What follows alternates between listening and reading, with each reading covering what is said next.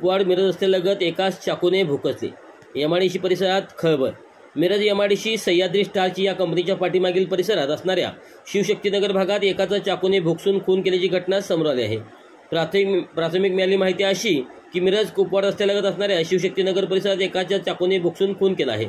यामध्ये श्रवणेशनाथ महावीर चौगले वर्षे 29 राहणार बोसे तालुका मिरज असे खून झालेले तरुणाचे नाव आहे।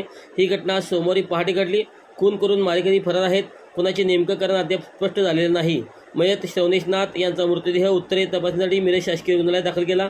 मदत कार्यासाठी आयुष हेल्पलाईनचे टीम प्रमुख अविनाश पवार, चिंतामणी पवार, अभिषेक आंबे हे होते। याबाबत अधिक तपास कुपवाड पोलीस ठाण्याचे सहाय्यक पोलीस निरीक्षक दीपक बांडुलकर व त्यांची टीम करत आहेत।